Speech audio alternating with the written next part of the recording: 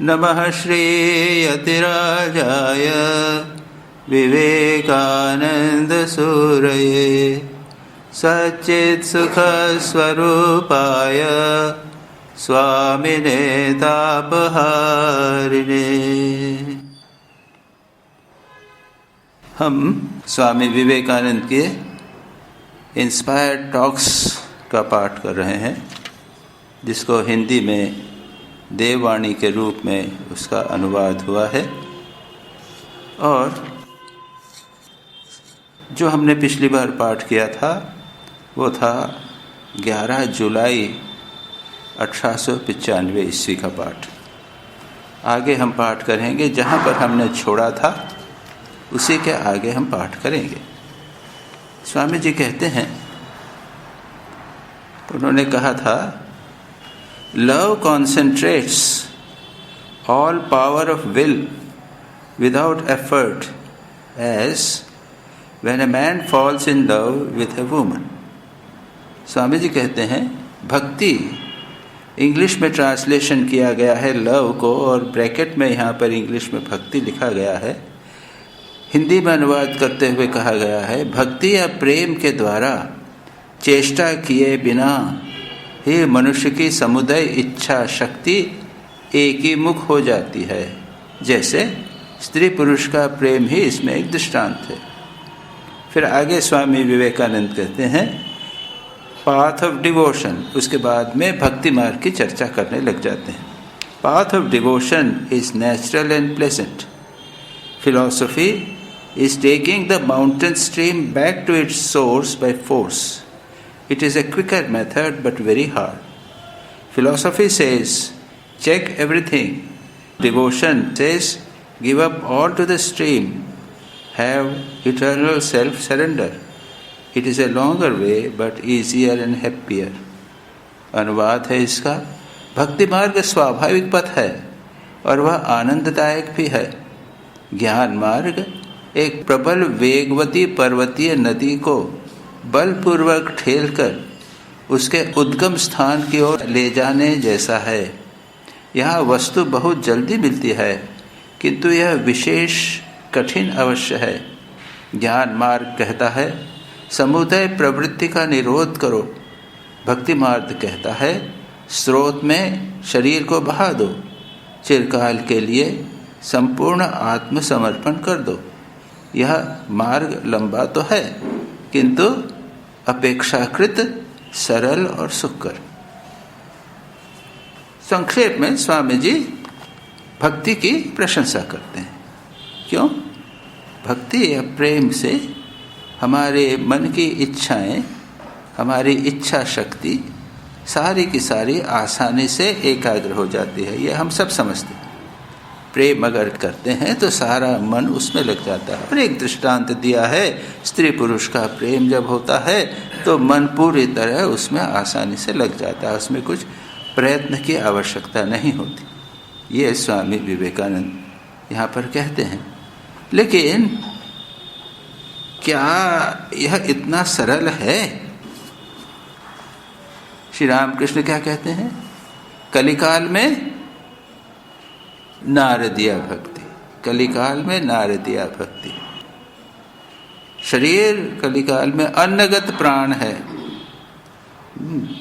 तो अगर आप योग करने का प्रयत्न करो तो शरीर कितने दिन चलेगा? लंबे समय तक प्रैक्टिस करना पड़ता है। वो नहीं, शरीर चला ही गया तो क्या करो? अन्नगत प्राण है, यानी बिना खाए शरीर रुकता नहीं। पहले ज़माने में तो लोग तपस्या कर करके एकांत में जाके खाना नहीं खाना सब तपस्या कर करके बिना भूखे रह के पूरा समय लगा के भगवान का जप करते थे, ध्यान करते थे। लेकिन ऐसा नहीं होगा। आज को तो खाना पड़ेगा, सुबह शाम खाना पड़ेगा। मैं आजकल कहता हूँ, आजकल अन्नगत प्राण नहीं औषधिगत प्राण है। कि कोई आदमी है कि जो दवाई नहीं लेता? मैं दवाई लिखो, लिस्ट बना दूँ, 5 दवाई रोज लेता। आप कहेंगे कि हम तो 10 दवाई लेते। औषधिगत प्राण हो गया है, बिना दवाई के चलता नहीं। ऐसे में योग कैसे हो? ज्ञान मार्ग, तो ज्ञान मार्ग के लिए अधिकारी होना चाहिए, है ना? ज्ञान है, अधिकारी कैसा होना चाहिए? उसको विवेक, वैराग्य, षट संपत्ति और मुमुक्षत्व, ये 4 है ना। इसको बोलते क्या बोलते हैं? बोलो, आप लोग तो इतने सुनते हैं। साधन चतुष्टय। अब मैं ऐसे सिर्फ बोलना नहीं करूँगा, पूछना भी चालू करूँगा। आप लोग तो इतने वर्षों से सत्संग करते हैं, तो आप कुछ न कुछ तो होगा ही याद। साधन चतुष्टय, 4 चतुष्टय क्या है? विवेक होना चाहिए, नित्य अनित्य विवेक। ये जगत अनित्य है और आत्मा या ब्रह्म ही नित्य है, ये अच्छा विवेक होना चाहिए। उसके बाद उससे विवेक से वैराग्य होगा, संसार के अनित्य वस्तुओं से मन को हटा लेना। ठाकुर भी क्या कहते थे? सदा सर्वदा नाम गुणगान करो। उसके बाद कहते थे नित्य अनित्य विवेक करो। ठाकुर खुद बोलते हैं, ईश्वर मन कैसे लगे? तो नित्य अनित्य विवेक करो। जो अनित्य वस्तुएं हैं उनको कहा जाए कि ये अनित्य है, ये दुख देने वाली है, तो मन हट जाएगा। इसलिए विचार की बात। उसके बाद विवेक हुआ, नित्य अनित्य विवेक करके संसार से अपने मन को हटाओ। ये तीसरी चीज हुई षट संपत्ति, 6 संपदाएं, 6 मॉरल वैल्यूज। शम, दम, उपरति, तितिक्षा, श्रद्धा, समाधि।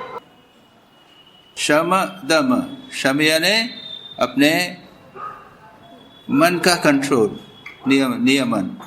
दम यानी इंद्रियों का नियमन, कंट्रोल करना पड़ेगा। शम दम। तीसरा है उपरति, संसार के वस्तुओं से दूर जाना। चौथा है तितिक्षा, सहन करना।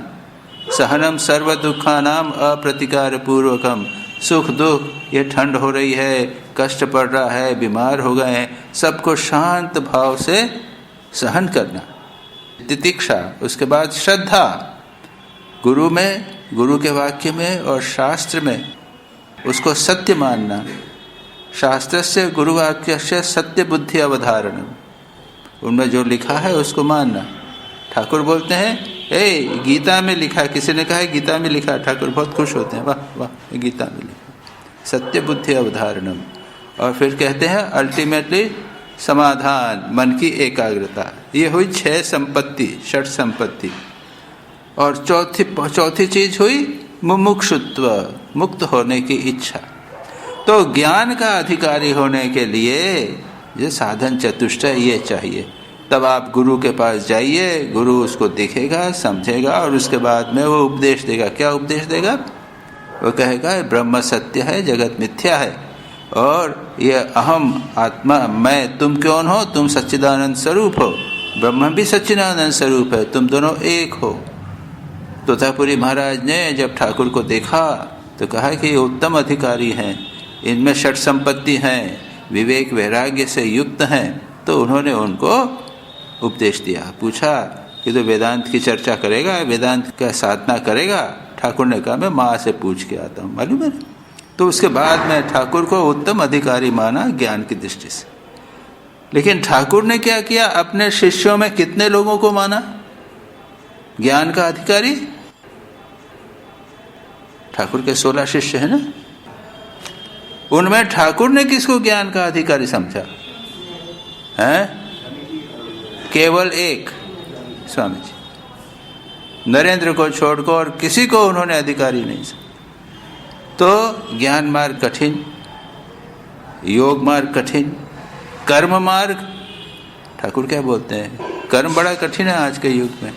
कहीं न कहीं से अहंकार आ जाएगा। निष्काम कर्म करते जाओगे, बोलते हैं कहीं से अहंकार आ जाए, मैं कर रहा हूँ, मैं कर रहा हूँ। इसलिए कहते हैं काली युग में नारदीय भक्ति, है ना। तो लेकिन बाद में आसान तो बोलते हैं, बाद में ठाकुर आप देखिए वचनामृत में पढ़िएगा, ठाकुर बोलते हैं लेकिन भक्ति इतनी आसान नहीं है। तो सभी भक्त हो जाते हैं। स्वामी जी रिकमेंड करते हैं उन लोगों के लिए, विदेशी लोगों के लिए, और एक प्रकार से ठीक भी है। भक्ति आसान किस दृष्टि से है? सभी प्रेम कर सकते हैं, सभी में प्रेम करने की क्षमता है, इसलिए आसान है। सभी व्यक्ति किसी न किसी वस्तु को, व्यक्ति को प्रेम करते हैं, आसानी से करते हैं। ये हृदय का प्रवाह है। माँ है, स्वाभाविक रूप से बच्चे को प्रेम करती है। पति स्वाभाविक रूप से पत्नी को प्रेम करता है। भाई बहन, माँ जो है वो प्रेम करती है। तो ये सब लोग स्वाभाविक रूप से एक दूसरे को प्रेम कर सकते हैं, इसलिए आसान। दूसरी बात, इसमें अधिकारी का कोई भेद नहीं कि वो उत्तम अधिकारी होना चाहिए, ज्ञान होना चाहिए, ये सब जितने मैंने साधन चतुष्टय उतना दिन नहीं कर, कोई भी भक्त हो सकता है। अब शबरी कोई अधिकारी नहीं थे, परम भक्त हो गई। अजामिल भगवान का नाम लिया और उसमें हो गया। वाल्मीकि डाकू था, लेकिन गुरु ने जो कहा तो जब करने बैठे और उसमें वो ऋषि बन गए। तो ऐसे अनेक दृष्टांत शास्त्रों में मिलते हैं, पुराणों में मिलते हैं कि जिसमें व्यक्ति अधिकारी न होते हुए भी, चांडाल होते हुए भी, स्त्री होते हुए भी, वो सब कोई अधिकारी न होते हुए भी ज्ञान का, भक्ति से वो मुक्ति को प्राप्त करता है। तो इस दृष्टि से वह आसान है कि सब में क्षमता है। लेकिन कठिन किस दृष्टि से? फिर भी ठाकुर बोलते हैं, इसलिए भगवान को प्रेम करना इतना आसान नहीं। संसार की किसी वस्तु या व्यक्ति को प्रेम करना आसान है, लेकिन भगवान को प्रेम करना, क्यों? भगवान दिखते नहीं। कहाँ दिखते तो है नहीं। हाँ, जब हम पढ़ते हैं, पढ़ते पढ़ते पढ़ते जब सुन के जब प्रेम हो जाता है तब हो जाता। मुझे इस दृष्टि से एक छोटी सी कहानी जो मीरा की है बहुत अच्छी लगी। मीरा, अब बच्चों में क्या है कि ये सरल है, और भक्ति के लिए जो आवश्यक चीज है वो है श्रद्धा, विश्वास। श्रद्धा विश्वास होना चाहिए। हम लोगों के लिए तो है भगवान में मन कैसे लगाएं, भगवान तो दिखता नहीं है, ये तो मूर्ति है। ठाकुर की बात सुनी हुई है, लेकिन ठाकुर में मन लगता नहीं। इतने वर्ष हो गए, लगता है क्या? बैठिए ध्यान करने के लिए, इधर उधर मन भागता है, प्रेम नहीं होता। ये मीरा, ये तो राजपुत्री थी। वो खेल रही थी, एक दिन 5 बरस की बच्ची हो, तो इतने में एक बारात जाती हुई, तो माँ से पूछती है कि माँ, मेरा दूल्हा कौन है? माँ ने कह दिया, श्री कृष्ण तेरा दूल्हा। बस उस दिन से श्री कृष्ण पे पागल।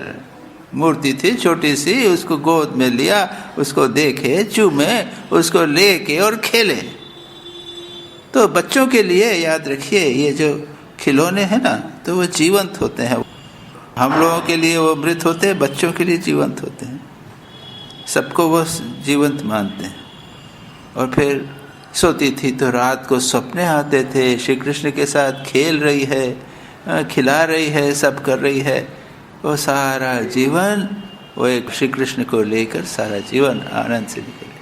कैसी अद्भुत लीला, कैसा अच्छा सुंदर, इतना श्रेष्ठ सुंदर दृष्टांत। उसी प्रकार से हम देखेंगे अभी कई और संतों के जीवन में ये भक्ति स्वाभाविक रूप से हो जाती है। लेकिन सामान्यतः भक्ति भक्तों के लिए, संतों के लिए हो जाती है, सामान्यतः यह कठिन है, पहली बात। दूसरी बात यह है, स्वयं स्वामी प्रेमानंद जी कहते हैं, स्वामी विवेकानंद भी कहते हैं, स्वामी प्रेमानंद कहते हैं, वो कहानी सुनाते हैं। मैं कई बार उस कहानी को बता चुका हूँ, मालूम है ना? टाटका सिर की कहानी। प्रेमानंद जी गए थे मालदा, वहाँ पर प्रवचन दे रहे थे, शिव ज्ञान से जीव सेवा। ये स्वामी विवेकानंद जी जो प्रारंभ किया है, ये एक आधुनिक युग का युग धर्म है। ये जो सेवाश्रम यहाँ पर है, रोगी नारायण की सेवा हमारे साधु लोग करते थे, अभी भी करते हैं। ये रोगी नारायण की सेवा आज का युग धर्म है, याद रखिए। ये सर्वश्रेष्ठ है, इसके द्वारा आसानी से आप भगवान को प्राप्त कर सकते हो। तो ये युग धर्म है, ये बात कही। तो वहां पर लोगों ने कहा कि आप प्रेम के बारे में पूछिए, प्रेमानंद नाम था उनका। तो उन्होंने कहा पैम पैम पैम। अरे प्रेम क्या है? वो एक ठेला वाला प्रेम बेच रहा था, प्रेम बेचते हुए ठेले को ले जा रहा था। तो किसी ने पूछा कीमत क्या है? कीमत है टाट का सिर, अपना सिर काटो और समर्पण करो, अपना सर्वस्व समर्पण करो, अहंकार पूरी तरह समर्पित करो, यह होता है प्रेम की कीमत। तो ये इतना आसान नहीं, इसलिए इसको देना अत्यंत कठिन। माँ शारदा क्या कहती? माँ शारदा कहती है, आजकल तो यहाँ नहीं, पहले हम लोग जो इधर जाते हैं ना, ऊपर का अंदर का रास्ता है, वहाँ पे एक छोटा सा एक कोटेशन लगा रहता था, बंगाली में था या इंग्लिश में याद नहीं था। उसमें माँ शारदा का ये एक धरण है, उनका उपदेश है, भगवान मुक्ति देने में कातर नहीं होते, भक्ति देने में कातर है कि नहीं? बाबा कहा मुक्ति दे देंगे लेकिन भक्ति नहीं देंगे। क्यों? भक्ति देने पर भगवान भक्त के रस्सी से, प्रेम के रस्सी से बंध जाते हैं। अभी भगवान संसार को चला रहे हैं, लेकिन जब सच्चा प्रेमी प्रेम करता है तो फिर भक्त जो है वो भगवान को चलाता है। इसलिए ये भक्ति इतनी आसान नहीं है, ये बात कई प्रकार से किया जाता है। तो स्वामी विवेकानंद ये बात यहाँ पर जो कह रहे हैं, कहते हैं भक्ति मार्ग स्वाभाविक है और आनंददायक है। आनंददायक तो है, लेकिन जैसा मैंने कहा ना कि उसमें कीमत भी पूरी चुकानी पड़ती है। ये भक्ति इतनी आसान नहीं है। स्वामी जी कहते हैं कि यह जो है स्रोत में शरीर को बहा दो। भक्ति का अर्थ क्या है कि अपने को पूर्ण रूप से मानो, give up all to the stream, have eternal self surrender, पूर्ण शरणागत कर दो, कुछ मत रखो, तुम भगवान को पहुंच जाओ। अरे बाबा, ये शरणागति तो इट इज द लास्ट, अंतिम शेष कथा, अंतिम बात है शरणागति। श्री राम कृष्ण कहते थे, मस्तूल पर बैठा हुआ पक्षी है ना, एक जहाज पर बैठा हुआ है, जहाज समुद्र में चला गया, उसको पता नहीं चला, बहुत दूर चला गया, उसके बाद पता चला अरे मैं कहाँ आ गया, किनारा कहाँ है। वह इधर दौड़ा, उड़ के गया उत्तर की ओर, किनारा नहीं मिला, फिर दक्षिण की ओर गया, वहाँ किनारा नहीं मिला, चारों ओर तक उड़ के फिर आके फिर वहीं बैठ गया, अब और कहीं नहीं जाना। पूर्ण रूप से शरणागति, अब मैं कहीं नहीं जा सकता, कहाँ जाऊँगा, सभी जगह सागर ही सागर। तो जब हम सारा प्रयास करने के बाद में पूरी तरह थक जाते हैं, तब शरणागति आती। स्वामी तुरानंद जी यही कहते थे, साधना का उद्देश्य क्या है? मेहनत कर करके अपने हाथ पैर को थका देना कि अंत में पूर्ण रूप से शरणागत हो जाए। भगवान हम कुछ नहीं कर सकते, हम अपनी साधना से क्या करेंगे? माँ शारदा कहती हैं कि क्या समझते हो कि 1 लाख जब रोज करने से भगवान को पा जाओगे? भगवान को क्या किसी कीमत से आप खरीद सकते हो? नहीं। तो इस दृष्टि से जो स्वामी जी कहते हैं कि स्रोत में शरीर को बहा दो, चिरकाल के लिए संपूर्ण आत्मसमर्पण कर दो, ये भक्ति का मार्ग। लेकिन यह इतना आसान नहीं। श्री रामकृष्ण कहते हैं 3 प्रेमों को एक साथ मिलाकर भगवान की तरह करो, है ना। सती का पति के प्रति प्रेम, माता का पुत्र के प्रति प्रेम और धनी का धन के प्रति प्रेम, 3 को एक साथ मिलाकर भगवान को करो की ओर करो तो भगवान को प्राप्त करो। अरे एक ही हो जाए तो काफी है ना 3 क्या, 1 हो है, थोड़ा सा भी हो जाए वो भी नहीं होता। संसार की असंख्य वस्तुओं को हम प्रेम करते हैं, भगवान को प्रेम नहीं करते। हमारा प्रेम क्या है? थोड़ा सा ये सौदेबाजी। प्रेम के अलग अलग स्तर होते हैं, लेवल। अगर तमोगुणी, ठाकुर तो बोलते हैं तमोगुणी भक्ति, सत्वगुण, रजोगुणी भक्ति, सत्वगुणी भक्ति सब कहते हैं ना। वो सारा वर्णन ठाकुर कहते हैं, यहाँ पर इसका सब वर्णन नहीं है। आगे कहते हैं, भक्त कहता है, Thine am I forever, henceforth whatever I do is thou doing, no more is there any me or mine। उच्चतम बात है। भक्त कहता है, प्रभु सदा के लिए मैं तुम्हारा हूँ, मैं जो सोचता हूँ कि मैं ही कार्य कर रहा हूँ, वास्तव में तुमसे ही हो रहा है, और मैं या मेरा यह केवल भ्रम मात्र है। No more is there any me and mine. ये जो हिंदी अनुवाद है, एक प्रकार से ठाकुर स्वामी जी की जी कथा है, उसकी व्याख्या जैसी है। भक्त कहता है, प्रभु सदा के लिए मैं तुम्हारा हूँ, hence thine am I forever, hence for whatever I do. और जो कुछ सोचता हूँ, जो कार्य कर रहा हूँ, वो वास्तव में तुम ही कर रहे हो, तुमसे ही हो रहा है। No more is there any me and mine, मैं और मेरा ये नहीं। तो ये तो उच्चतम स्थिति है। प्रभु अपने भक्त जो है अपनी सत्ता को मानता ही नहीं, भूल ही जाता है, इसमें अहम का लोप हो जाता है। स्वामी जी कहते थे, भक्ति और ज्ञान में क्या अंतर है? ज्ञानी क्या करता है? वो अपने अहंकार को बढ़ाता है, अहंकार को बढ़ाता जाता है। मैं अहंकार को पूरी तरह बढ़ाता है, पूरा मैं ही हो जाता है। भक्त क्या है? अहंकार को छोटा करता जाता है। किसी ने कहा, और किसी ने कहा है कि स्वामी विवेकानंद ने क्या किया? अपने अहंकार को बढ़ाया। अहम ब्रह्मास्मि, मैं ब्रह्म हूँ, मैं ब्रह्म हूँ, तो मैं सर्वत्र बढ़ा हूँ। और माया जब बांधने के लिए आई तो स्वामी जी को बांध नहीं कर सकी। क्यों? उसकी रस्सी छोटी पड़ गई। उन्होंने अहंकार को इतना बढ़ाया कि माया की रस्सी, माया ने हमको बांध रखा है ना, माया की रस्सी छोटी हो गई। उसी प्रकार नाग महाशय को भी बांध नहीं सकी। नाग महाशय को बांधने गई तो नाग महाशय अपने अहंकार को इतना छोटा किया कि वो रस्सी जो है वो बांधेगी तो उसको कुछ तो बांधना चाहिए, और रस्सी के बाकी इसके बीच में से निकल जाते हैं। समझ गए ना?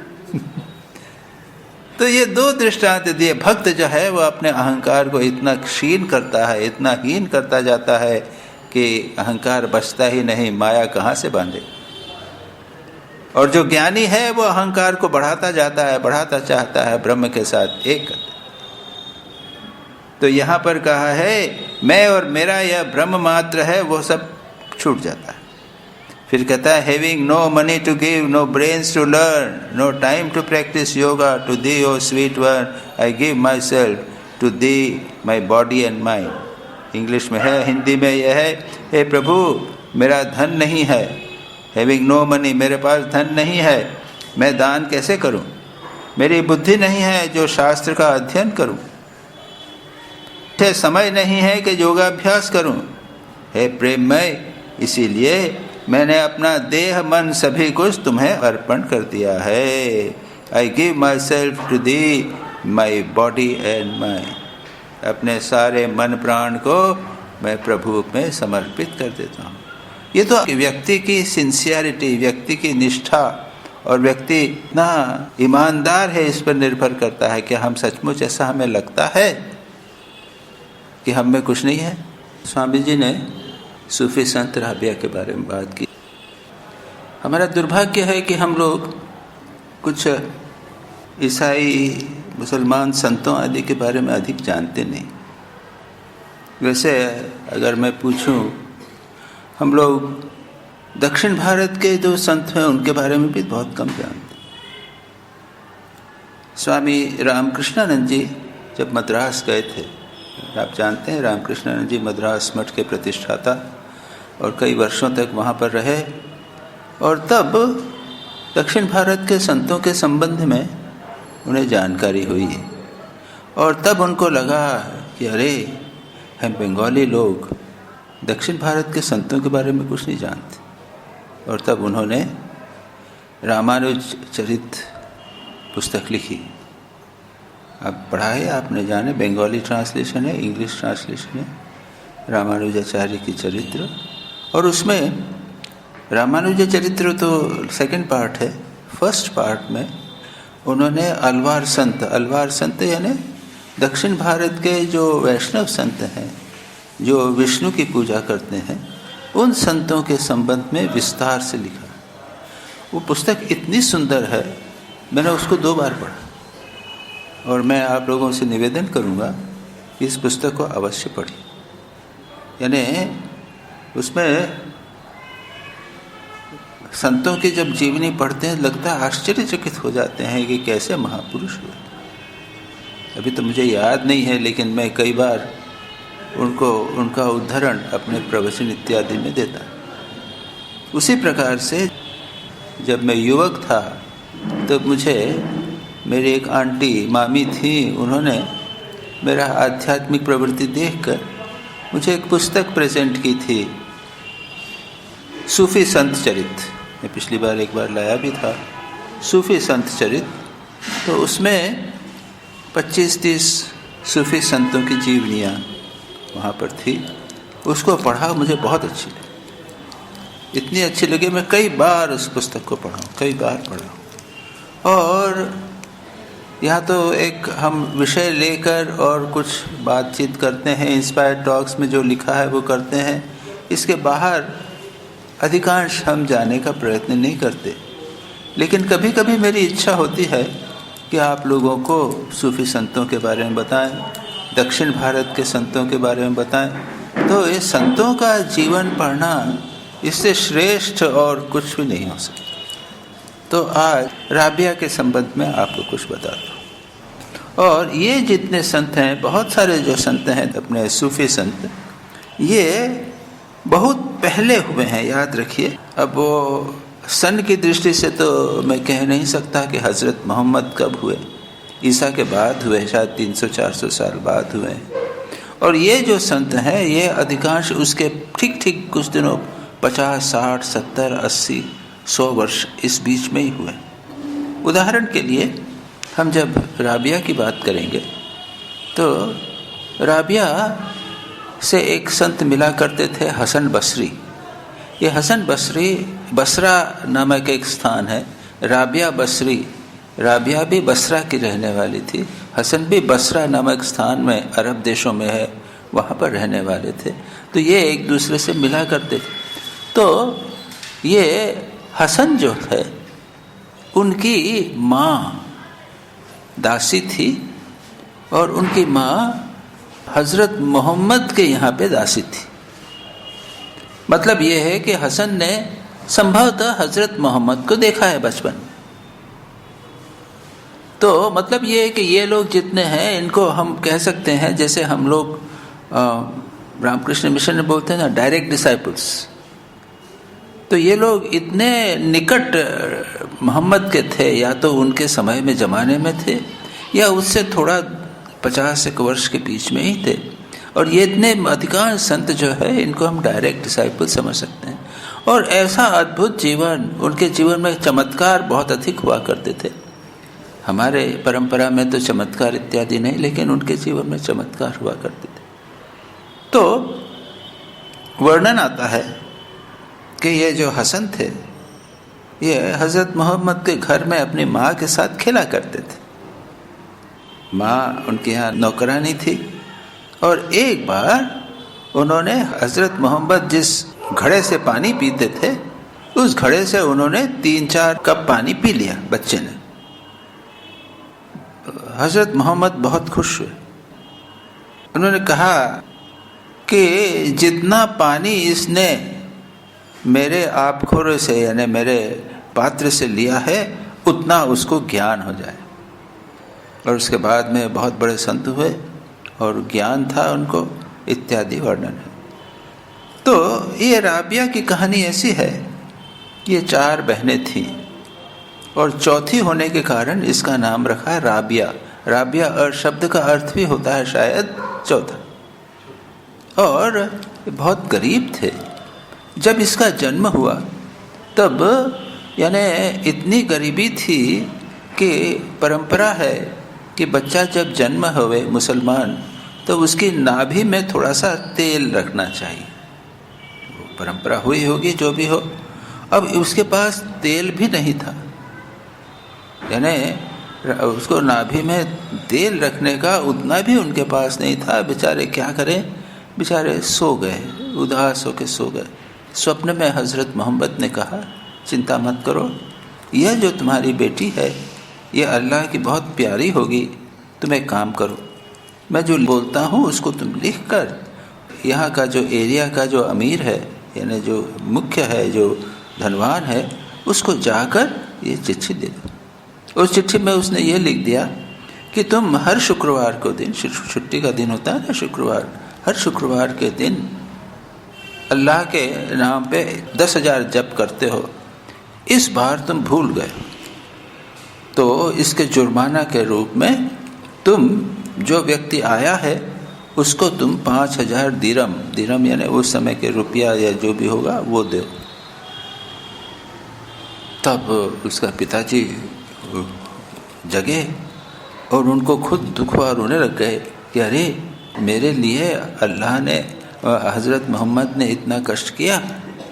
वो जाकर उन्होंने चिट्ठी मालिक के किसी अपने जो गेट कीपर था उसके साथ भिजवा दी। जब अमीर को ये पता बात, चिट्ठी लिखी थी, हाँ अरे किसी को तो मालूम नहीं, हाँ इस बार मैं इस छुट्टी के दिन, संडे के दिन, जैसा हम कहते हैं ना, मैं 5,000 जप किया करता था। नमाज जिसे हमने, मैंने कहा जप बोल रहा हूँ, एक स्पेशल प्रकार की नमाज होती है, कई प्रकार की नमाजें होती हैं। एक में उठना बैठना होगा, कुछ एक दूसरे प्रकार की नमाज होगी, शॉर्ट नमाज होती होंगी, बड़ी लंबी नमाज होती हैं। कि मैं 100 नमाज 1000 नमाज करता था, वो नहीं किया मैंने। तो उसको समझ में आ गया, उसने बिल्कुल तत्काल इमीडिएटली गया, दौड़ा दौड़ा इनके पास गया, 5,000 दिरहम जो था वो दिया उसको, और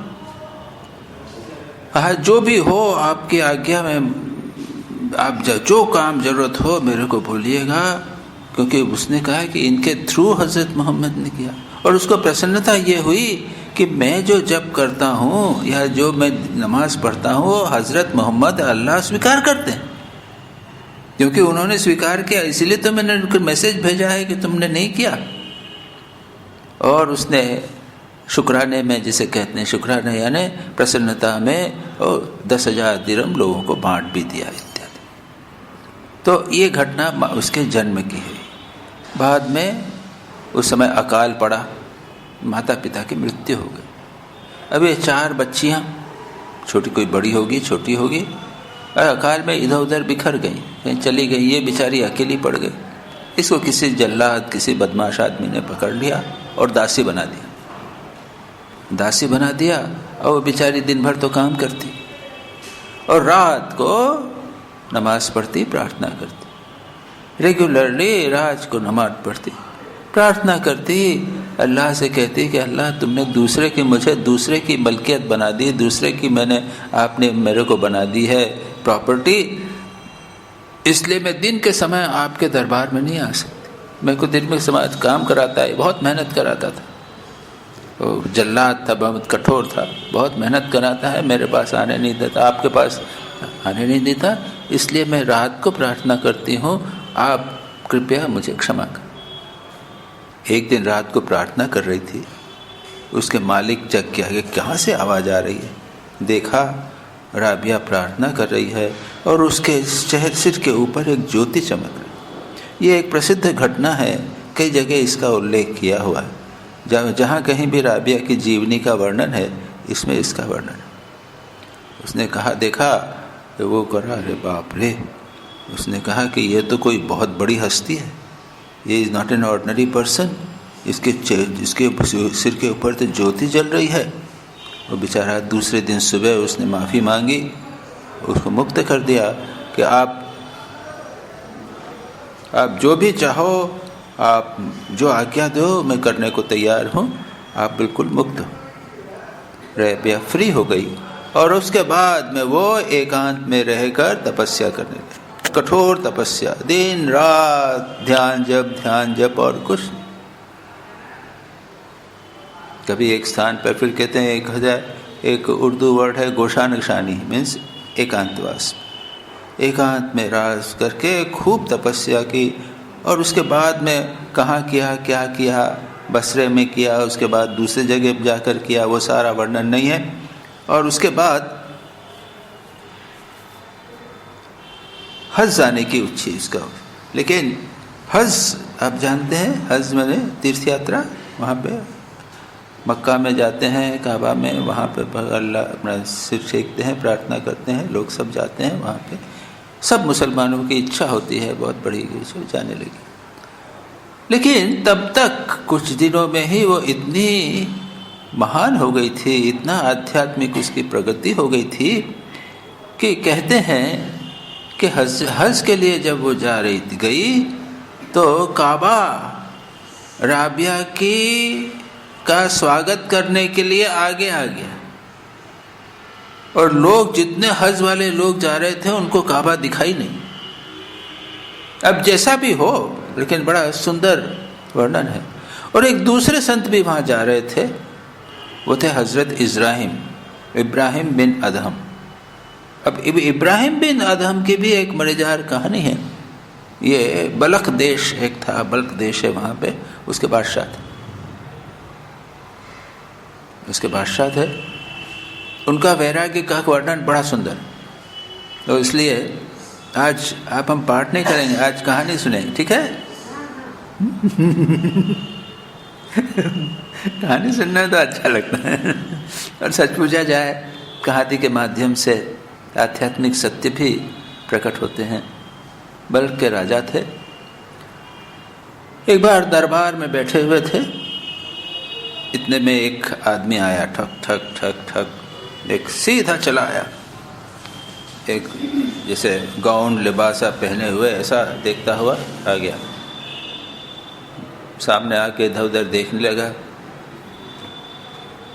तो इब्राहिम ने पूछा क्या देख रहा है? कि मैं एक ऐसे ठहरने की जगह देख रहा हूँ। तो क्या ठहर सकते हो तुम? या नहीं ठहरूंगा,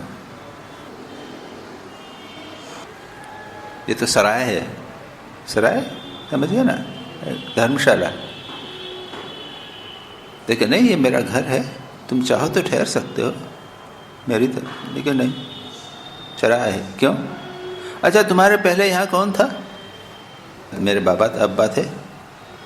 उसके पहले कौन राज करता था? उनके अब्बा थे। उनसे पहले कौन था? अब्बा थे। देखो, एक आया गया, आया गया, आया गया। ये तो सराय है, और क्या है? सराय में ये लोग आते हैं जाते हैं। तो कह के वहाँ से वो चला गया। ये कौन थे जो अंदर आया था? वो था हिज्र। हिज्र है ये मुसलमानों में जिसे फरिश्ता कहते हैं। फरिश्ता है ना, एक देवदूत। तो ये कई जगह पे आके लोगों को संदेश देता है, भगवान के मार्ग दिखाता है इत्यादि, वो था हिज्र। इसके बाद में एक और इसी प्रकार की घटना है। अब उनको मन अच्छा नहीं लगा रहे, तो वो घोड़े पे निकले शिकार करने के लिए। तो देखा कि हिरण है, कि मन बहलाना है, मन में हलचल मच गई है। अरे ये सराय है, ये संसार तो अनित्य है, ये सब लग रहा था। मन में हलचल है, मन बहलाने के लिए जो निकले शिकार करने के लिए, तो हिरण था। हिरण को मारने के लिए जो बनाया, तो हिरण मुड़ के बोलता है, अरे तू मुझे क्या मारेगा, मैं तुझे मारूंगा। देख तेरे सिर के ऊपर तो मौत खड़ी हुई है। सबके सिर पे मौत खड़ी हुई कि नहीं, पता नहीं कब किस समय मरेंगे, हम सब मरेंगे, सबके सिर पे मौत खड़ी है तेरे पीछे। बेचारे घबरा गए। इतने में जो जीन है जिसके ऊपर घोड़े पर बैठे हुए थे, वो बोल रही है, अरे मौत तेरे सिर पे है। जहां देखें वहां सब यही बातें हो रही है। बेचारे घबरा गए, वहीं से वापस नहीं लौटे। घोड़ा किसी को दे दिया, अपने किसी दे दिए कपड़े। एक चरवाहा था, उस चरवाहा से उन्होंने कपड़े बदल के और जंगल में गए तपस्या करने, संत हो गए। तो ये इब्राहिम, इसकी भी बड़ी सुंदर कहानी है। ऐसे तपस्वी संसार को सारा राज्य था छोड़कर किसी ने बाद में उनसे पूछा भी था कि अरे इतना बड़ा राज्य छोड़कर क्या मिला? तो उन्होंने कहा था कि जो आनंद मिला है वो राज्य कुछ नहीं है, कुछ वो दर्शन होते थे, एक अनुभूतियाँ होती थी, लोगों को पुकार कर कहते थे अरे आओ देखो, संसार का राज्य छोड़कर, इतना बड़ा राज्य छोड़कर क्या अनुभूतियाँ हो रही हैं मेरे को, इसकी तुलना में वो कुछ नहीं। तो ये हजरत इब्राहिम बिन अदहम यानी एक देश का नाम है, अदहम बल्ख के राजा थे या जो भी हो, बिन अदहम इनके पिता का नाम रहा होगा। तो वो भी काबा जा रहे थे और ऐसा नियम बनाया था उन्होंने कि वो हर कदम के ऊपर नमाज पढ़ते हुए जा रहे थे। एक कदम चलेंगे उसके बाद नमाज पढ़, अब समझ लीजिए, दूसरा कदम चलेंगे उसके बाद वो नमाज में कितना झुकना पड़ता है, कलमा बोलना पड़ता है, इत्यादि सब करना पड़ता है। वो सब करते हुए वो जा रहे थे। अब इधर राबिया आ रही थी और कहते हैं कि ये 15 साल में काबा पहुंचे, लेकिन काबा तो गायब हो गया और राबिया के स्वागत में चला गया, तो दिखाई नहीं। उन्होंने कहा कि अल्लाह से प्रार्थना की कि मैं तो आपके दरबार में आया हूँ काबा का दर्शन करने और आप गायब हैं। तो पता चला कि वो एक बुढ़िया है, उसके स्वागत में आप कब हैं। तो पीछे गए, वहाँ देखा वो लकड़ी टेकती बुढ़िया आ रही है राबिया। दोनों मिले। हजरत मोहम्मद ने कहा अरे राबिया ये क्या कर दिया तुमने, ये कितना संसार में कितना उछल पुथल मचा दिया, जरा क्या बर्पा मंगाया ना, कितना शोर शराबा तुमने मचा दिया, लोग वहाँ गायब हो गया कर, लोगों सब जगह समझ गया ना, शोर शराबा ही हो गया, कितना सब जगह एक उथल पुथल हो गई जो काबा गायब हो गया। तो राबिया ने टॉन्ट करते हुए कहा कि मैंने क्या किया, तो तुमने शोर शराबा किया है जो 15 साल में तुम यहाँ पे आए हो। मतलब ये है कि तुम्हारा अहंकार बताना चाहते हो कि मैं इतनी कठोर तपस्या करता हूँ। तो एक घटना ये है।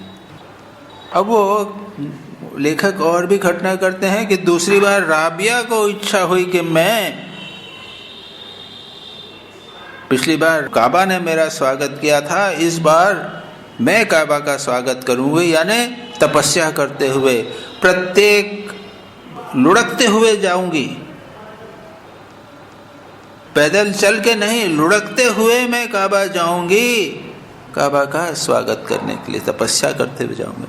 देखिए हमारे यहाँ पे भी ये परिक्रमा का विधान है ना, 4 धाम जाते हैं, कभी पैदल कभी कभी जाते हैं, काशी की पंचक्रोशी करते हैं, वृंदावन की परिक्रमा करते हैं, गोवर्धन पर्वत की परिक्रमा है, चित्रकूट की परिक्रमा है, और लोग अलग अलग प्रकार से करते हैं चित्रकूट। मैंने चित्रकूट की तो सबसे छोटी 5 किलोमीटर, तो वहाँ पर भी देखेंगे आप, तो आप अगर जाएं तो आप तो पैदल फटफट जल्दी चले जाएंगे, 1 घंटा 1.5 घंटे में परिक्रमा हो जाएगी। लेकिन दूसरे भक्त जो है ना, वो हर एक स्टेप से रुकते क्या क्या करते कुछ नियम बना के चलते हैं और परिक्रमा करते हैं। ये एक कठोर तपस्या एक प्रत्येक संप्रदाय में, प्रत्येक धर्म में। तो इस बार राबिया ने सोचा कि ऐसा करके मैं जाऊं।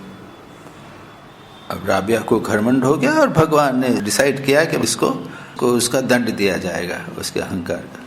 वहां पहुंची तो काबा गायब, उसको नहीं दिखे। बहुत प्रार्थना की तब भगवान ने कहा कि ये तुम क्या कर रही हो। एक दूसरा दृष्टांत है, ये तो एक प्रकार का है, दूसरा दृष्टांत दूसरे प्रकार का है। ये तो एक प्रकार का हुआ। एक बार राबिया ने कुछ दर्शन वर्शन हुआ, कुछ स्पेशल भगवान की कृपा हुई, कुछ दर्शन हुआ, खूब प्रसन्न हुई, और दर्शन के शुक्राने में भगवान ने इतनी कृपा की है तो कृपा के को पूर्ण करने के लिए, कृपा के को स्वीकार करने मानों के लिए उसने कहा कि मैं 8 दिन तक रोजा रखूं।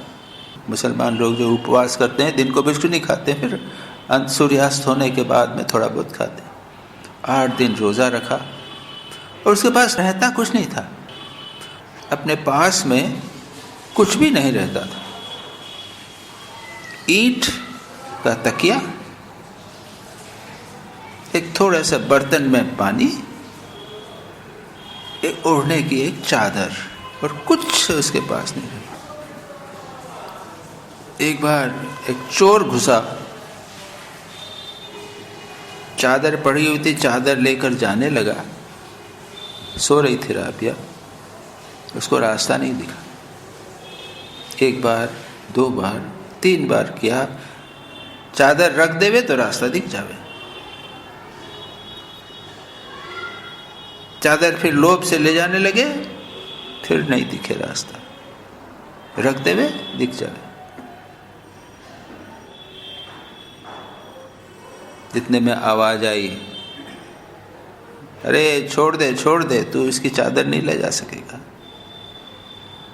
जब एक दोस्त शब्द लिखा है वहाँ, एक दोस्त, एक मित्र सोता है तो दूसरा मित्र जागता है। राबिया ने मुझे मित्र रखा है। राबिया सो रही है तो भगवान मानो जाग रहे हैं, उसकी पूरी रक्षा कर रहे हैं। तुम कुछ नहीं कर सकते, उसे छोड़ के चलो। इस प्रकार की घटना आप जानते हैं, तुलसीदास जी के पास साथ भी हुई थी, नहीं मालूम?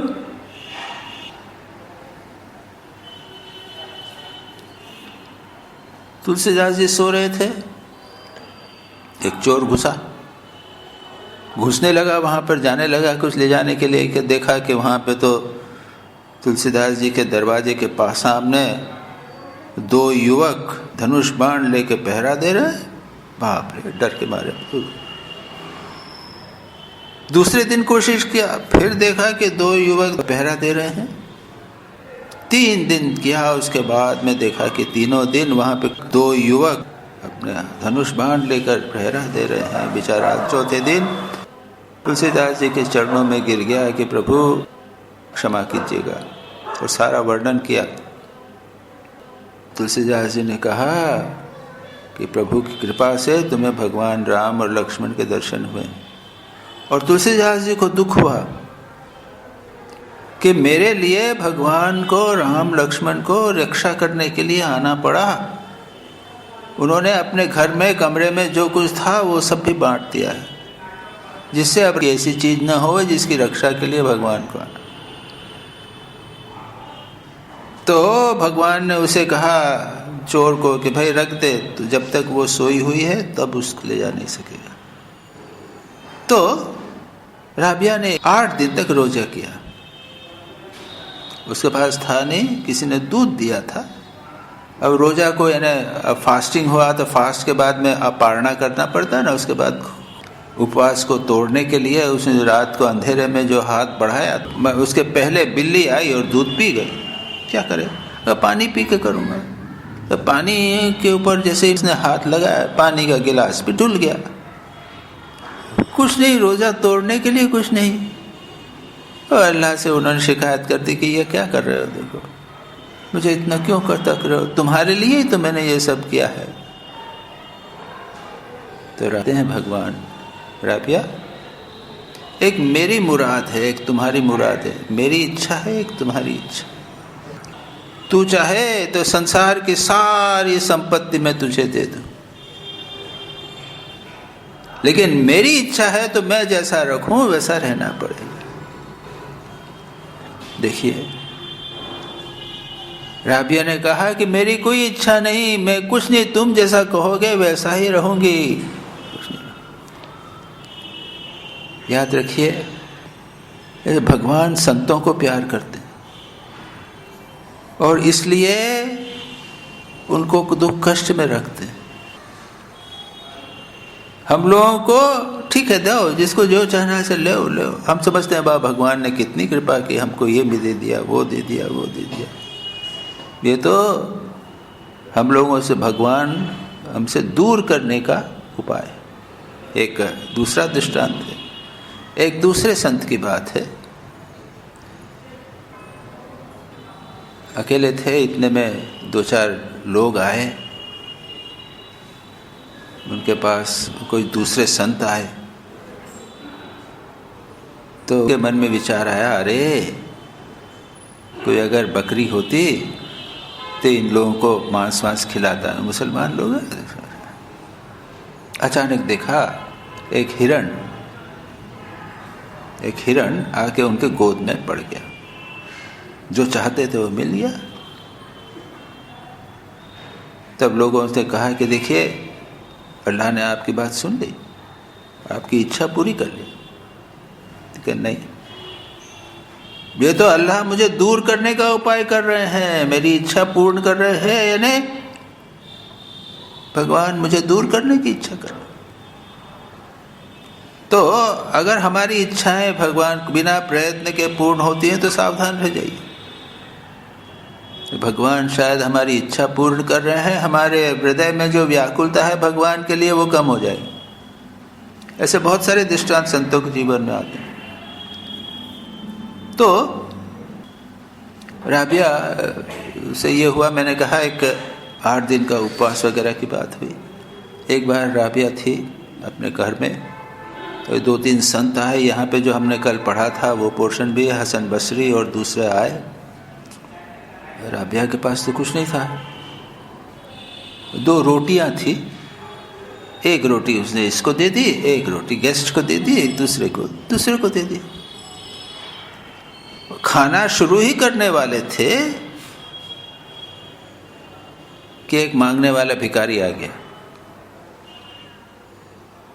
राबिया ने दोनों रोटियां उठा के उनके हाथ के थाली से उठा के उसको दे दी। अब ये सोचने लगे, ये बड़े विचित्र सुनिए, अरे ये कैसा व्यवहार कर रही है, अभी तो हमको खाने को दे रही थी, अब वो सब लेके दे दिया। थोड़ी देर में एक दूसरा व्यक्ति आया, एक थाली में लेके आया। कि क्या है? रोटियां हैं, गिनी 18 रोटी थी। क्या नहीं, मेरे लिए नहीं है, ले जाओ। अरे अब सोचिए कैसी घटना हो रही, उसको दे रही है, उठा के दे रही है, जो आया है तो फिर भगवान ने दे दिया कृपा करके कि दिया है, 18 छोड़ दी। इसका वर्णन बाद में बताऊंगा। उसके बाद में अचानक फिर उसके बाद थोड़ी देर बाद में एक थाली आई, उसमें 20 रोटी थी। राबिया ने रख ली और 10 इसको दे दी, 10 इसको दे दी। जब खा ली, उन लोगों ने कहा कि बताओ ये मामला क्या है? तो राबिया बोलती है कि तुम लोग जब आए थे, मैं जानती थी कि तुम लोग भूखे हो, अब ये एक एक रोटी से तो पेट नहीं भरेगा। इतने में भिखारी आ गया, मैंने उसको उठा के दे दिया। मैंने कहा अल्लाह देगा। जब आई थाली 18 रोटी थी, लेकिन अल्लाह ने तो कहा है कि मैं एक के बदले 10 देता हूं। स्वामी विवेकानंद क्या कहते हैं, बड़ा सुंदर है, take the position of a giver, give help, give love, give service, what little you have give, but keep out barter, it will come to you 10 times। एक जगह उन्होंने कहा it will come to you 10 times। एक बार दे दो, जो कुछ देना चाहे वो वापस आएगा तुम्हारे पास 10 गुना होके। लेकिन सोचो मत कि आएगा नहीं आएगा, सोचो मत। जो दाता है, जो देने वाला है, वो हमेशा फायदे में रहता है। लोग समझते नहीं है इस चीज को, एक सिद्धांत। क्या जो भी हो, बहुत लंबा विषय है। राबिया ने उसको दे दिया और जब आई 18 आई तो उसने कहा ये मेरा नहीं है। उसके बाद में जब 20 आए तो कहा ये मेरा है, क्योंकि अल्लाह ने उसको दिया। और हुआ ये क्या था, बाद में ये जो है इस किताब में नहीं है, इंग्लिश वर्जन में ये है कि जो ला रही थी उसको भी 20 किसी ने दिया था। आदमी ने कहा था कि ये 20 रोटियां राबिया को दे आओ, उसने 20 में से 2 ले ली थी, निकाल ली थी। इसलिए वो 18 पड़ गई थी और राबिया को इस प्रकार से लगा। फिर बहुत सारी घटनाएं हैं, चमत्कार हैं, अंधेरा था तो उसने अपने उंगलियों पे फूंक मारी, उंगलियां उसकी दीपक की तरह जलने लगी और वो सब देखने लगी, इत्यादि इत्यादि। सारी बहुत सारी सुंदर सुंदर घटनाएं राबिया के जीवन में प्राप्त होती है। आप लोग अगर पढ़ सकें, सूफी संचरित है या फिर मुस्लिम सेंट्स एंड मिस्टिक्स इंटरनेट में आपको मिल सकती है, डाउनलोड कर सकते हैं आप पूरा उसको, लेकिन अधिकांश चमत्कार उसमें भरे हुए हैं। और यहाँ पर जो वर्णन है इसमें भी है, हसन इनका भी वर्णन वहाँ पर आता है। तो आज इतना हुआ, इसके हम आगे पाठ करते हैं, ठीक है? बीच बीच में कहीं मौका मिलेगा तब हम और भी कहानियाँ वगैरह संतों की बताने का प्रयत्न करेंगे। Friday July 12th, शंकर's commentary on 4th व्यास सूत्र। जुलाई 12 व्यास सूत्र पे पढ़ाई है। वेदांत सूत्र के शांकर भाष्य से पाठ होने लगा। स्वामी विवेकानंद ने इन 12-14 जो आए थे उनको कितने उच्च कोटि के ज्ञान उपदेश दिए हैं, समझ लीजिए। पहली बात, स्वामी विवेकानंद का मन उच्च स्तर पर रहा होगा, और दूसरा, उसको ग्रहण करने वाले ये अमेरिकन होते हुए भी उन्होंने, स्वामी जी ने उनको वेदांत के उच्च अधिकारी समझा, और ऐसे महान और कठिन विषय भी उन्होंने बताया। ये वेदांत सूत्र पर सामान्यतः चर्चा नहीं होती। आप लोग जानते हैं प्रस्थान त्रयी किसको कहते हैं? अगर वेदांत को समझना हो तो 3 ग्रंथों को समझना चाहिए। उनको कहते हैं त्रयी, 3 प्रारंभिक 3। देखिए, आप लोगों को मैं साधन चतुष्टय बता दिया है ना? ये इसको भी याद रखिए, ध्यान रखिएगा। भगवत गीता, उपनिषद और ब्रह्मसूत्र, ये 3 को प्रस्थान त्रयी कहा जाता है। और जो भी हिंदू आचार्य इत्यादि अपने सिद्धांत को प्रतिष्ठित करना चाहे, उसको इन तीनों पर अपनी व्याख्या करनी पड़ती है। ये सिद्धांत, जैसे शंकराचार्य ने इन तीनों पर व्याख्या करके अद्वैत वेदांत को प्रतिष्ठित किया, तो रामानुज ने भी इन तीनों पर व्याख्या करके इनकी व्याख्या ऐसे करी, यह बताने का प्रयत्न किया है कि इनमें जो कुछ बात कही गई है ये विशिष्ट अद्वैत सिद्धांत के अनुसार। माधवाचार्य ने द्वैत सिद्धांत, और भी जितने आचार्य हुए हैं उन्होंने अपनी अपनी व्याख्या करके यह बताने का प्रयत्न किया कि यह जो बात है ये हमारे मत के अनुसार। तो ब्रह्मसूत्र जो है उसकी चर्चा वो कठिन है, फिलोसॉफिकल है, दार्शनिक है, और इसलिए सामान्यतः उसकी हम चर्चा करते नहीं। स्वामी जी ये उनको बता रहे हैं, विदेशी लोगों को। सूत्र का अर्थ क्या है? छोटा सा धागा, और एक धागा से दूसरा धागा जोड़ते हैं ना, इसलिए सूत्र यानी एक के बाद एक जुड़ा हुआ। पातंजल योग सूत्र, ब्रह्म सूत्र, और उसके बाद में नारद भक्ति सूत्र, मीमांसा शास्त्री सूत्र भी है। ये सूत्र है, उसमें छोटे छोटे सूत्र, यानी छोटे छोटे वाक्यों के माध्यम से सारा का सारा ज्ञान कहा जाता है। लगभग ब्रह्म सूत्र में बहुत सारे हैं, पातंजल योग सूत्र में है 136 सूत्र, और ब्रह्म सूत्र में शायद 500 सूत्र के करीब करीब है, 500 से ज़्यादा सूत्र। इनके ऊपर व्याख्या समझाना पड़ता है। लेकिन इसमें जो 4 सूत्र हैं, सबसे पहले के 4 सूत्र, ये सबसे महत्वपूर्ण है। इनको चतुस्सूत्री, जिसके ऊपर व्याख्या करते हैं, शंकराचार्य ने व्याख्या की, इसको चतुस्सूत्री कहते हैं। स्वामी विवेकानंद यहाँ पर वेदांत सूत्र में शंकर भाष्य, शंकराचार्य का जो भाष्य है उसकी चर्चा करते हुए आज वेदांत सूत्र के शंकर भाष्य से पाठ होने लगा। क्या कैसे स्वामी जी ने क्या ये मालूम नहीं, यहाँ पर यही लिखा है। चतुर्थ सूत्र है तत्तु समन्वयात्, इंग्लिश में है शंकरस कमेंट्री, फोर्थ व्यास सूत्र इस तत्तु समन्वयात्। बाकी 3 सूत्र क्या है?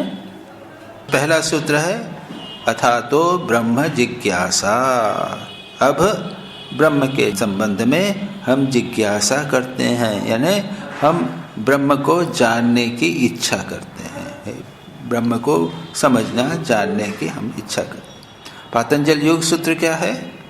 अथ योगानुशासनम, अब योग का अनुशासन, योग कैसे अभ्यास करना इत्यादि बताया जाता है। नारद भक्ति सूत्र में क्या कहता है? अथातो भक्तिम व्याख्यास्यामः, हम अब भक्ति की व्याख्या करते हैं। तो एक जगह व्याख्या की बात है, एक जगह अनुशासन की बात है, और एक जगह जिज्ञासा की बात है। क्यों? ब्रह्म को जानने से ही हो गया, ब्रह्म ज्ञान की बात करते हैं। ज्ञान एक बार प्राप्त हो गया, अब तो हो गया बस, उसके बाद कुछ और करने की जरूरत नहीं है, कुछ साधना करने की जरूरत नहीं है। समझा दिया, बस ज्ञान हो गया। क्या ज्ञान हो गया? 10 आदमी थे, नदी को पार किया उन्होंने, तैर के पार किया, तो इस घाट पर आए और उसके बाद सोचने लगे कि हम लोग 10 हैं कि 9 हैं, क्या हुआ, डूब तो नहीं गए। एक आदमी काउंट करने लगा, देखिए 9, 1 2 3 4 5 6 7 8 9, खुद को भूल गया। दूसरा काउंट करा, वो भी कहता है खुद को भूल गया। रोने लग गए कि एक आदमी डूब गया। दूसरा आदमी आया, दूसरा कहा क्या बात है, क्यों रो रहे हो? तो कि हम 10 थे, नदी पार करते हुए एक आदमी डूब गया है, क्या करें, रो रहे हैं। तो उन्होंने कहा फिर कहो, काउंट करो, 1 2 3 4 5 6 7 8 9, और सिर पे लगाया। दूसरा, अरे तू ही तो 10वां है, 10 है। अब एक बार उसको पता चल गया कि मैं 10वां हूँ, हाँ 10वां हूँ, खत्म हुई बात। ज्ञान हो गया मुझे कि मैं ही तो हूँ जो मैं 10वां हूँ। अब इसके बाद में वो हमेशा के बैठ के क्या करेगा, मैं 10वां हूँ, मैं 10वां हूँ, मैं 10वां हूँ, मैं 10वां हूँ, मैं 10वां हूँ, ऐसा करेगा क्या? ऐसा तो नहीं करता। एक बार ठीक ठीक ज्ञान हो गया तो मामला खत्म। तो ये वेदांत है, इसको कहते हैं जिज्ञासा, जानना कि 10वां कहाँ है, कहाँ चला गया, डूब गया क्या? उसको गुरु आके बताते हैं 10 क्या, अहम ब्रह्मास्मि, मैं ब्रह्म हूँ, मैं ब्रह्म हूँ, मैं ब्रह्म हूँ, अहम ब्रह्मास्मि, अहम ब्रह्मास्मि, अहम ब्रह्मास्मि, अहम ब्रह्मास्मि। जप करते हैं क्या जी? जप की बात नहीं है, मैं ब्रह्म हूँ विचार के द्वारा ज्ञान जैसे ही प्राप्त हुआ उसी क्षण समाप्त, मैं ब्रह्म हूँ, खत्म हुई बात। ये हमारा दुर्भाग्य है कि नहीं कर पाते, इसलिए तो फिर बार बार क्लास करनी थी, बार बार पढ़ाना पड़ता है, बार बार समझाना पड़ता है। लेकिन एक बार ठीक ठीक ज्ञान हो गया, उससे मुक्ति, ज्ञानादेव मुक्ति। इसलिए कहते हैं अथातो ब्रह्म जिज्ञासा, पहला सूत्र। दूसरा सूत्र क्या है? अब ब्रह्म जिज्ञासा है तो ब्रह्म का लक्षण क्या कहते हैं? जन्माद्यस्य यतः। दूसरा सूत्र है यतः, यानी जिससे, ब्रह्म का लक्षण क्या है? जिससे जन्म आदि होते हैं। जन्मादि यानी जन्म, स्थिति और लय, सृष्टि स्थिति प्रलय, संसार इत्यादि की सृष्टि स्थिति प्रलय जिससे होते हैं वह है ब्रह्म। तो आपने कहां से बता दिया? तीसरा सूत्र है शास्त्र योनित्वात्। क्यों? इसका वर्णन शास्त्र में है, शास्त्र उसकी योनि है, शास्त्र से ही ये ब्रह्म को जाना जा सकता है। और चौथा सूत्र है तत्तु समन्वयात्। और शास्त्र से तो बहुत सारी बातें लिखी हुई है वहां पे। देखिए, एक सूत्र के बाद दूसरा सूत्र संबंध है। शास्त्र योनित्वात्, शास्त्र की बातें हैं, उसमें योनि यानी शास्त्र उसका कारण है, उसमें से ही सारी सृष्टि स्थिति प्रलय है, जो ईश्वर के बारे में हम वहीं से जानेंगे। तो कि वहां पे तो बहुत सारी बातें लिखी हुई हैं। तत् यानी ये जो ब्रह्म है उसको ईश्वर जो है ब्रह्म है, ये समन्वयात, शास्त्र में जितनी बहुत सारी बातें हैं उनको समन्वित करना पड़ेगा। वो एक साथ एक, अब बहुत सारी बातें वर्णन किया है, आप एनाटॉमी फिजियोलॉजी इत्यादि सारे पढ़ो, लेकिन अल्टीमेटली क्या है, बीमार को देखकर इलाज कैसे करना। एनाटॉमी फिजियोलॉजी में तो ये सब नहीं लिखा हुआ, नहीं, उससे उसका संबंध है। तो ये सारी बातें एक साथ जब जोड़ते हैं इसको कहते हैं शास्त्र योनित्वात्। तो यहां पर स्वामी जी कहते हैं तत्तु समन्वयात्, और इसका ट्रांसलेशन जो दिया गया है वो आपके पास, जिसके पास किताब है, इंग्लिश में है, विचित्र क्या है, Atman is the aim of all. वो जो आत्मा है जो इसका लक्ष्य है, यानी 4 सूत्र जो हैं, 4 सूत्रों का सार यहाँ पर बताया गया है कि आत्मा जो है वह सबका लक्ष्य है, एम है। अथवा ब्रह्म ही समग्र वेदांत के प्रतिपाद्य है। ये चारों सूत्र में जो बताने की बात है वो केवल ये है कि ब्रह्म जिज्ञासा, वेदांत में जो कुछ बताने का है वो है ब्रह्म। अच्छा, अब यहाँ पर जो बात चल रही है ब्रह्म सूत्र की बात, अब बड़ी मुश्किल बात है। यहाँ पर जब ब्रह्म की बात है और यहाँ स्वामी जी कहते हैं ब्रह्म ही वेदांत के प्रतिपाद्य हैं, इंग्लिश में कर दिया उसको, Atman is the aim of all. Vedanta में क्या कहा जाता है, अहम ब्रह्मास्मि, है ना, मैं ब्रह्म। मैं कौन हूँ, सब जानते हैं मैं कौन, है ना, हम सब जानते। लेकिन विचार के द्वारा कहा जाता है कि यह जो तुम जानते हो, यह तुम देह मन का कॉम्प्लेक्स जानते हो, यह तुम नहीं हो, दूसरा कुछ है जो वास्तविक में, ये बताया जाता है। क्या बताया जाएगा, वास्तविक में क्या है, इस तरह छोड़ के शुद्ध आत्मा जो है वह मैं, ये बताया जाएगा। तो मैं को जानना या अहम पद को जानना या त्वम पद को जानना जो वेदांत में कहा गया है, ये कैसे होगा, विचार के द्वारा। समझ में आई बात कि नहीं, ये विचार के द्वारा। और ईश्वर क्या है, हम जानते हैं क्या ईश्वर, मैं को जानता हूं, मैं, हाँ मैं जानता हूं। ईश्वर हमने सुना है शास्त्र से, हमारे घर में पूजा करते हैं इत्यादि, सुन सुन सुन के हमने जाना है शायद ईश्वर है। तो ये कहाँ से मिला, शास्त्र से। यही बात यहाँ पर कहते हैं कि इसके आगे स्वामी जी बताते हैं, Ishwar is to be known from the Vedanta. All Vedas point to him who is the cause, the creator, preserver and destroyer. Ishwar is the unification of the trinity known as Brahma, Vishnu and Shiva, which stands at the head of the Hindu pantheon. Thou art our Father who takest to the other shore of the dark ocean. Thou art our Father. Invocation to Ishvara, disciples word to the Master. क्या लिखा है स्वामी जी ने, उसको यहाँ पे विस्तार से समझाया है। क्या कहते हैं, ईश्वर को वेदांत के द्वारा जानना होगा। मैं कौन हूँ तो मैं जानता हूँ, बस मैं क्या है, मेरा स्वरूप क्या है, ये विचार के द्वारा जानना होगा वास्तविक। लेकिन ब्रह्म क्या है, यह शास्त्र के द्वारा जानना।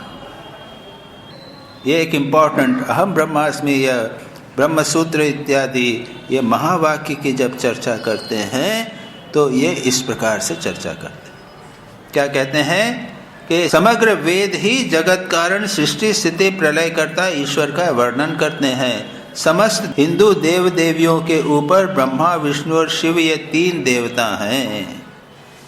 ईश्वर इन तीनों का एक ही भाव, इसको कहा जन्माद्यस्य यतः, जन्म आदि जिससे होते हैं वह है ईश्वर। ये ब्रह्म सूत्र में लिखा गया। वेद तुम्हें वेद दिखला नहीं सकते। उसके बाद में व्याख्या की गई है ईश्वर ही तीनों का एक ही भाव है। वेद तुम्हें ब्रह्म को दिखला नहीं सकते, तुम तो वही ब्रह्म हो। वेद केवल इतना ही कर सकते हैं कि जिस आवरण ने हमारे नेत्र के सामने से सत्य को छिपा रखा है उसे हटाने में वे सहायता पहुंचा सकते हैं। पहले जाता है अज्ञान आवरण, उसके बाद जाता है पाप और उसके बाद वासना और स्वार्थपरता दूर होती है। अतः सभी दुख कष्टों का अवसान हो जाता है। इस अज्ञान का तिरोभाव तभी हो सकता है जब हम जान लें कि ब्रह्म और मैं एक ही हूँ, अर्थात स्वयं को आत्मा से अभिन्न कर लें, मानवीय उपाधियों के साथ नहीं, इत्यादि। तो ये अगले उस पैसेज में है, कठिन विषय है, इसकी अगली चर्चा हम अगली बार करेंगे। तो आज हम यहीं समाप्त करते हैं। नमः श्री यतिराजाय विवेकानंद सूरये सच्चित् सुख स्वरूपाय स्वामिने तापहारिणे।